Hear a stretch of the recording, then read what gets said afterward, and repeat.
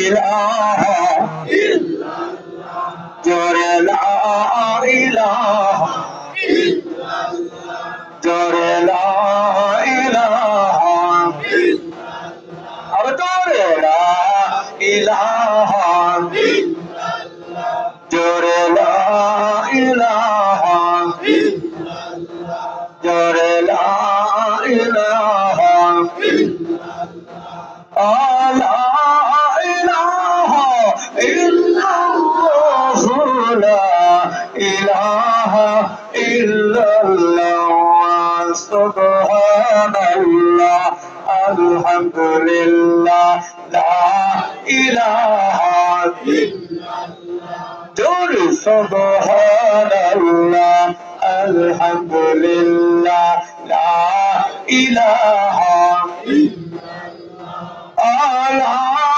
ইলাহা ইল্লাল্লাহ লা ইলাহা ইল্লাল্লাহ সুবহানাল্লাহ আলহামদুলিল্লাহ লা ইলাহা ইল্লাল্লাহ লা ইলাহা ইল্লাল্লাহ মুহাম্মাদুর রাসূলুল্লাহ আল্লাহুম্মা সাল্লি আলা সাইয়্যিদিনা মাওলানা ওয়া আলা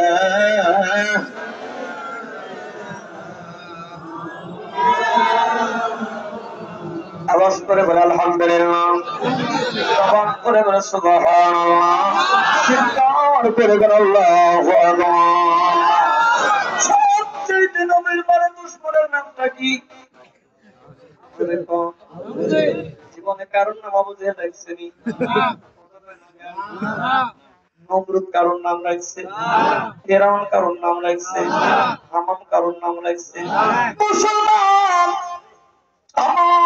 পৃথিবীর বুকে যিনি আলোকিত সৈনিক হয়ে আসলেন আকাশের সূর্য আমার কামলে বলা নবীজি মুহাম্মদুর রাসূলুল্লাহ সাল্লাল্লাহু আলাইহি ওয়াসাল্লাম সবাই নবী মানে বড় দুশমন গুলো আবু জেহেল নেতা মানে নিজেই বলতেছেন আমি নেতা আমার বাপ দাদার ধর্ম বাদ দিয়ে আব্দুল্লাহর বেটা মোহাম্মদ আমার ভাতিজার কথা আমি মানতে রাজি না কথা কন না আমার নবী কত বড় নবী বসা জিবরাইল আমিন বসে ইয়া রাসূলুল্লাহ ইয়া হাবিবাল্লাহ নবী গো আমার বড় জানতে ইচ্ছে করে ইয়া রাসূলুল্লাহ মুস্তাকি মাফ করবেন আপনার বয়স কত আপনার বয়স আল্লাহর নবী চুপ হয়ে গেলেন মাথাটা জমিন থেকে সামনেই ফেললেন ডাক দিবে জিবরাইল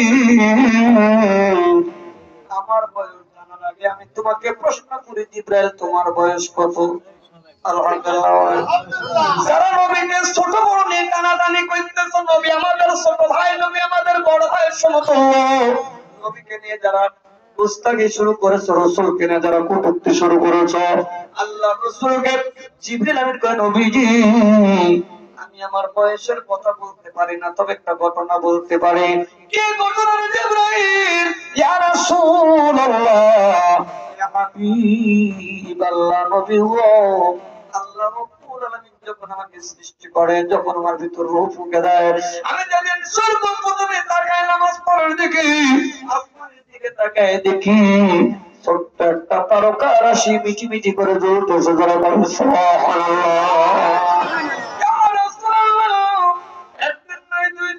৭০,০০০ বছর আকাশের তারকা রাশি দেখলাম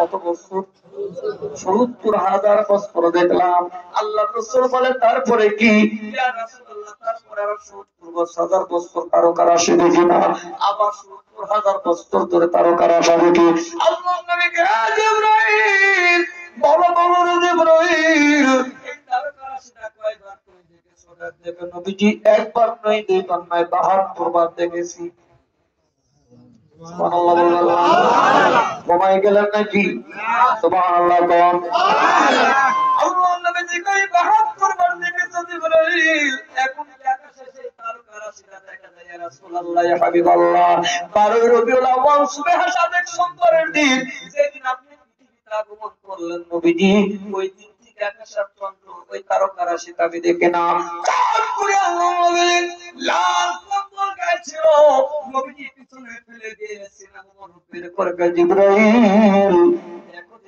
দেখা যায়নি জিবরাইল আমিন আমার নবীজির রতিবাইকার হেড অফ দ্য ডিপার্টমেন্ট এইদিকে খেয়াল করেছে কার মেরে কই ইয়া রাসূলুল্লাহ ইয়া হাবিবাল্লাহ আমি ৭০,০০০ বছর ধরে ৭২ মাসে তারকা রাশি দেখেছি ওই তারকা রাশিটাই আপনি নবী মুহাম্মদ সুবহানাল্লাহ মুহাম্মদ যতই জফি ততই মধুর লাগে নামে এত মধু আছে কে জানি তো আগে নামে এত মধু আছে কে জানি তো আগে আওয়াজ করে বল আল্লাহু আকবার আল্লাহর নবীর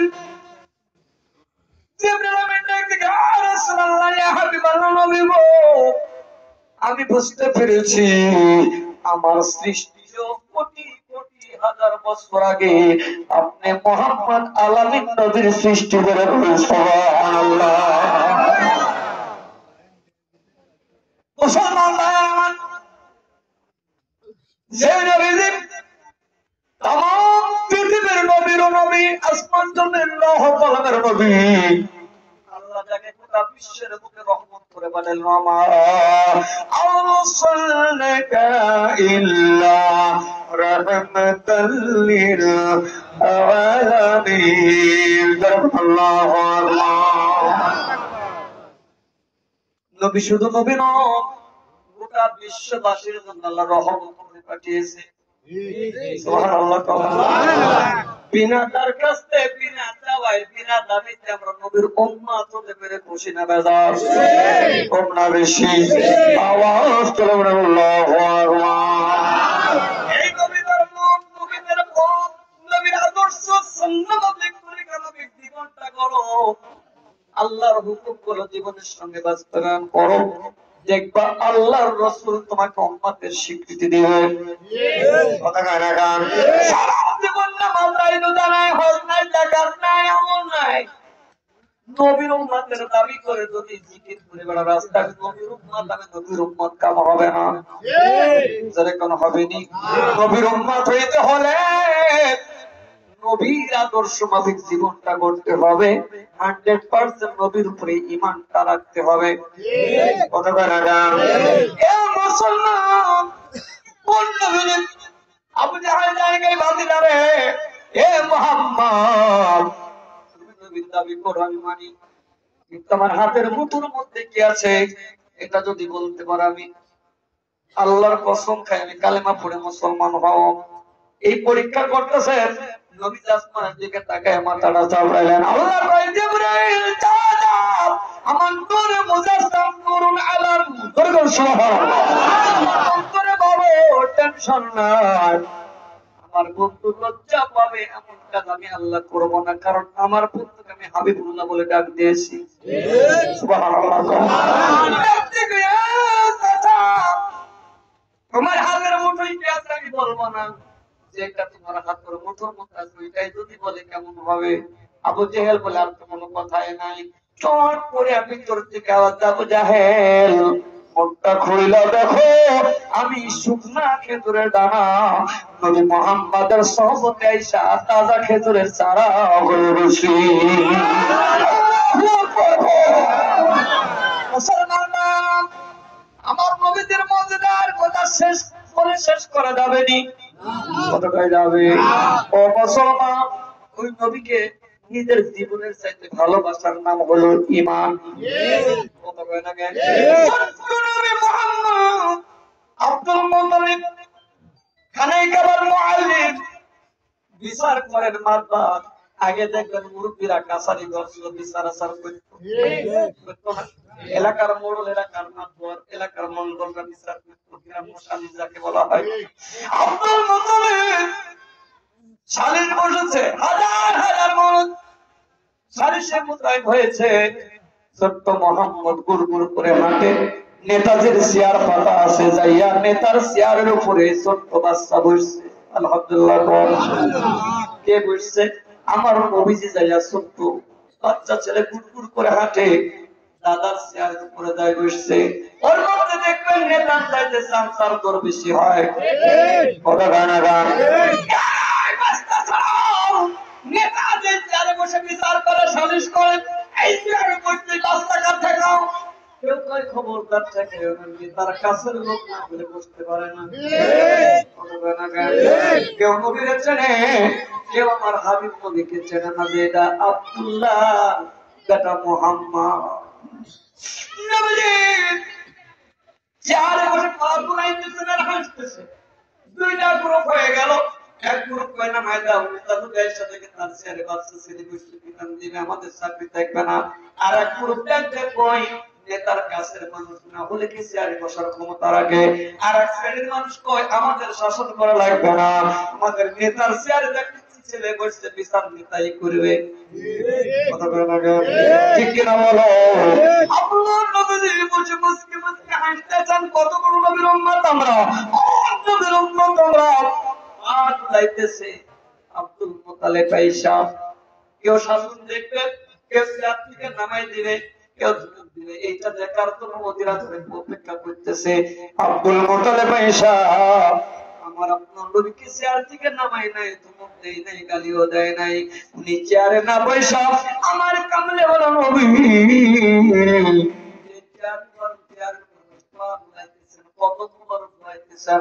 আব্দুল মুতালিব আয়েশা পায়ের সঙ্গে পিঠটা লাগায় আমার নবীর কদম মুবারকে বসেছে। জোরে বলেন সুবহানাল্লাহ। আল্লাহু আকবার। কোন নেতারে দেখতে আসলাম? আব্দুল মুতালিবের উপর বড় নেতাই মক্কাতুল মুকাররমা মদিনাতুল মুনাওয়ারায় দেখি না। আর কেমন নেতা? ছোট্ট বাচ্চার পায়ের সঙ্গে পিঠটা লাগায় যখনই বসলো, আর ছোট্ট বাচ্চারা চেয়ারে বসে হাসতেছে। হঠাৎ করে আব্দুল মুতালিবকে প্রশ্ন করে, নেতাজি সালিশ পরে হবে, বিচার পরে শুনবো। যিনি চেয়ারের উপরে বসে পা দুলাইতেছেন আর মুস্কি হাসতেছে, এই নেতার পরিচয়টা আগে দেন। আব্দুল মুতালিব চোখের পানি ছেড়ে কই করবি রে, আমি এই দুনিয়ার নেতা। এই চেয়ার মোবারকে বসে তিনি পা দুলাইতেছেন আমার নাতি মুহাম্মদ। উনি ইহকাল পরকালের বাদশা। জোরে বলুন সুবহানাল্লাহ। আজকে বলুন কত বড় নেতা, যিনি ইহকাল পরকালের বাদশা, যিনি নেতারও নেতা।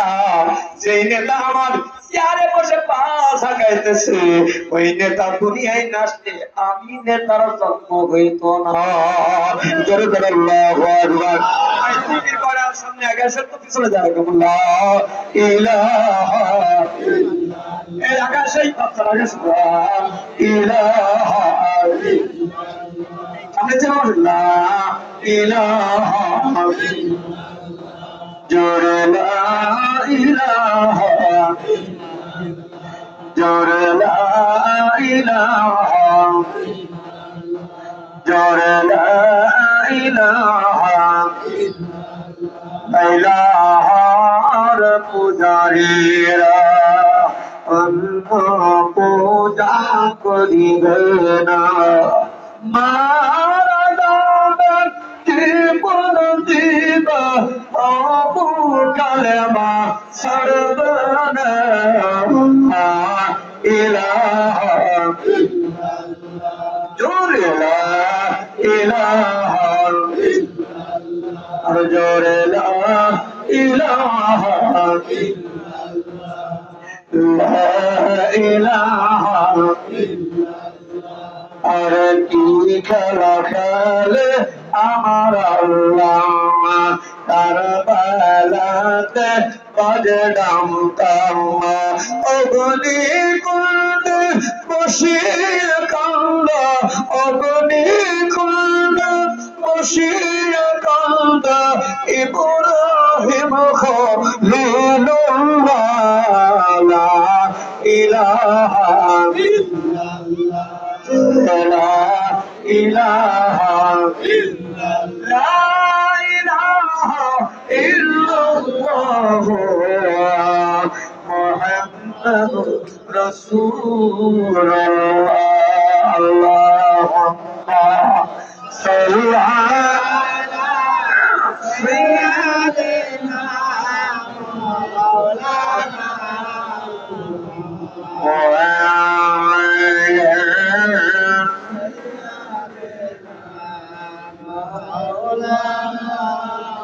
বোতল বজায় বেতেছিল অয়ারবের জাতিরা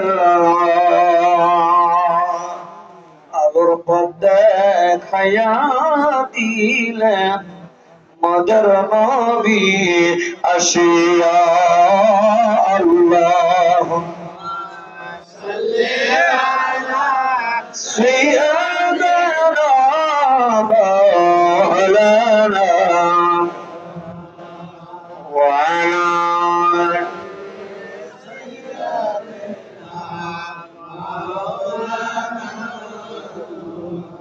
আলহামদুলিল্লাহ ভাই কষ্ট পাচ্ছেন না তো ওয়াজ চলবে তো চলবে চলবে ভাই আল্লাহ কবুল করেন করে বানাবেন আমিন বিনয় আল্লাহ আমিন আমাদের জন্য হয়ে জানো জামিন আমরা আজকে এই মাহফিলে যারা বসেছি যারা বসলাম আমাদের অনেকের মা নাই অনেকের বাবা নাই অনেকের আদরের বেটা নাই ভাই নাই বোন নাই প্রতিবেশী নাই আল্লাহ অনেকে কবরের জমিনে শুইয়া আমাদের দিকে জায়গায় আইকে বড় মা বীর অবিদামন্তশা বসরে মাসুরায়ে গলাল বাখা কে দাও গো কবরের বাড়িতে হাজিয়া আমার সমস্ত আমাদের একলা করে দাও বোঝা করিয়া মাটির কবরে বড় বিপদে আসি দুনিয়ার বিপদ না যারা একবার কবরে ধরা পড়ে যায় তার মতো মিসকিন আর খুঁজে পাওয়া যায় না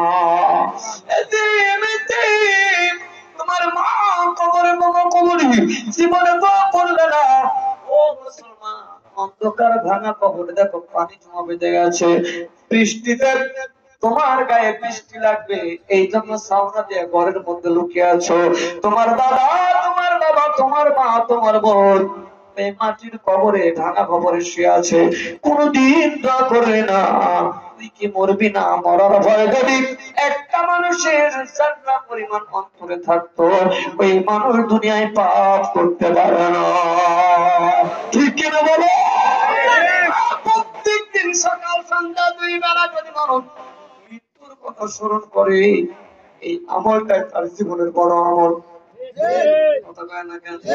কিন্তু মৃত্যুর কথা ভুলে গিয়ে দুনিয়ার রং তামাশায় আমরা পাগল হয়ে গেছে আল্লাহকে ডাকার সময় নাই কতক্ষণ আগা আমার মসজিদে নববীতে বসা সাহাবীদের দেখে সাহাবীরা রে এ আবু বকর মৃত্যুকে কেমন ভয় করো আবু বকর বলে ইয়া রাসূলুল্লাহ ইয়া হাবিবাল্লাহ ফজরের নামাজ পড়লাম আমি জোহরের নামাজ পড়তে পারবো কিনা আমি বিশ্বাস করি না হযরত ওমর কয় নবী নবী গো ফজরের নামাজ পড়া আসরের ওয়াক্ত আমি পাবো কিনা আমি ওমর বিশ্বাস করি না ওসমান গনি ডাক দেখে নবী ফজর পড়েছি আমার মাগরিব আসবে কিনা জানে না আলী কারামুল্লাহ ডাক দেখে নবী গো ফজরের নামাজ পড়েছি এশার উত্তর দিকে আমি বিশ্বাস করি না আল্লাহর নবী যে চোখের পানি ছেড়ে দিকে সাহাবীরা আমি মৃত্যুকে কত ভয় করি তোমরা কি জানো আল্লাহ রাসূলের সাবরে কে রাসূলুল্লাহ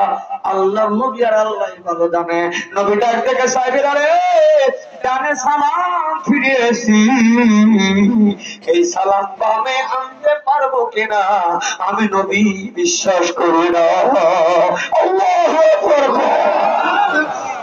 মুসলমান যেই নবী বেগুনা মাসুম নিষ্কলুষ নিষ্পাপ নবী তিনি যদি মৃত্যুকে এত গভীর ভয় পায় আমার আপনার ভয় পাওয়ার দরকার আছে না নাই কতক্ষণ না কেন আল্লাহ রাব্বুল আলামিন কুল্লু নাফসিন যায়িকাতুল মাউত এই মৃত্যুকে বাঁচার জন্য মৃত্যুর হাত হইতে বাঁচার জন্য আজরাইলের দরবারে যদি ঘুষের ব্যবস্থা থাকতো, এই দেশে যে ভিক্ষি করে সেও ঘুষের টাকা রেডি রাখতো।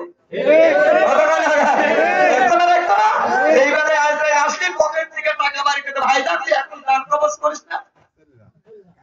কথা নূহ আলাইহিস সালামকে প্রশ্ন করেছে, নূহ 950 বছর জিন্দেগি তোমার কাছে কেমন মনে হলো? নূহ নবী ডাক দেখো, আল্লাহ একটা ঘরের দুইটা দরজা, একটা দরজা দিয়ে ঢুকলাম আর একটা দিয়ে বেরিয়ে আসলাম। 950 বছরের জিন্দেগি আমার কাছে এতটুকু মনে হলো। আর আমার আপনার 60-70 বছর বয়স আমরা বাঁচি না। কথা কয় না কেন? তার জওয়ানি তো লাগালাম কপতে পয়গম্বরি, কপতে ফিরে ঘরে গেলাম মেশওয়াত পরহেজগারি। আমার আল্লাহ কয় যুবক বয়সে একবার আল্লাহ বলে ডাক দিবা, আমি 70 বার তোমার ডাক সাড়া দিব। বুড়ো বয়সে 60 বার ডাক দিয়ে একবার আর আমি জানি তোর পাওয়ার হারায় গেছে, দাড়ি চুল পেকে গেছে, লাঠি ছাড়া চলতে পারো না, চশমা ছাড়া চোখে দেওয়া না। আল্লাহর নবী যে ডাকতে কই, বড় মানুষ চুল পাকা দাঁত পাকা, বড় মানুষ জান্নাতে যাবে না। সব বড় সাহাবীর মাথা সাপড়াই ফেললেন। আল্লাহর নবীজি কোনদিন মিথ্যা বলে না। বড় মানুষ জান্নাতে যাবে না, সব বড় সাহাবীর মাথা সাপড়ালেন। বিদায় হয়ে গেল। বড়রা কান্না করতেছে, সর্বনাশ, যে নবীকে কাফের বেঈমান না আলামিন বলে ডাকে কোনদিন মিথ্যা কথা বলে না। ওই নবী কয় পুরো মানুষ সুতপাকা দাঁত পড়া মানুষ জান্নাতে যাবে না। আলহামদুলিল্লাহ। সকাল হয়ে গেল, দিনটাই রাত শেষ, সকাল হলো। ফজরের টাইমে দেখা যায় খালি যুবকেরা নামাজ আছে, পুরোরা কেউ আসে নাই। আল্লাহ নবী ডাকলেন, আবু বকর বাকারানি, আবু বকর পুরো সাহাবারা গেল কই? ইয়া রাসূলুল্লাহ, আপনি কাল ওয়াজ করেছেন দাঁত পাকা পড়া চুল পাকা পুরো মানুষ কেউ জান্নাতে যাবে না, তাই পুরো স্টেজ হইছে, নামাজ পড়বে না। নামাজ পড়ে যদি তোমাকে গাইতে হয় জান্নাত যদি কপালে না ঘটে, নামাজ পড়ে লাভ কি?